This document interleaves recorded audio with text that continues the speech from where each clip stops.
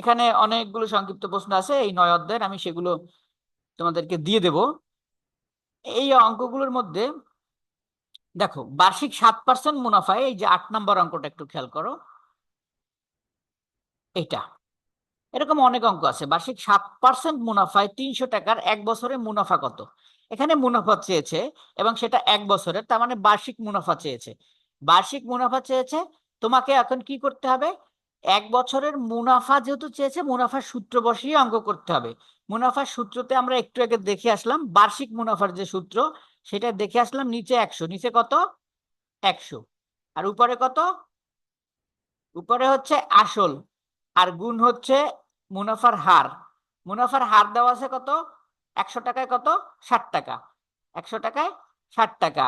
আর বার্ষিক 7% মুনাফায় 300 টাকার 300 টাকা মানে এটা হচ্ছে আসল। তোমাকে বুঝতে হবে যে 300 টাকাটা কিন্তু আসল। তাহলে 7% মুনাফায় 1 বছরে মুনাফা কত সেটা আসবে। এখন মুনাফা বের করার জন্য আমার এটা কাটবো 100 দিয়ে।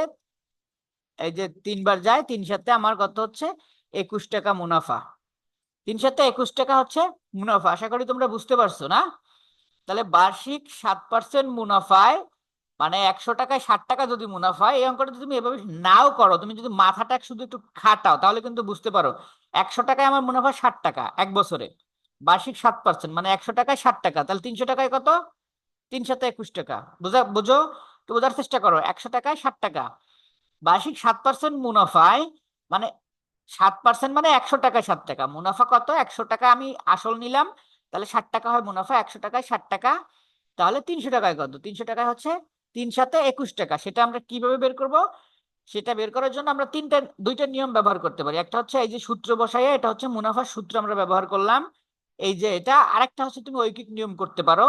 100 টাকায় মুনাফা 60 টাকা, 1 টাকায় মুনাফায় 107, এবং 300 টাকায় কত, সেভাবেও করতে পারো।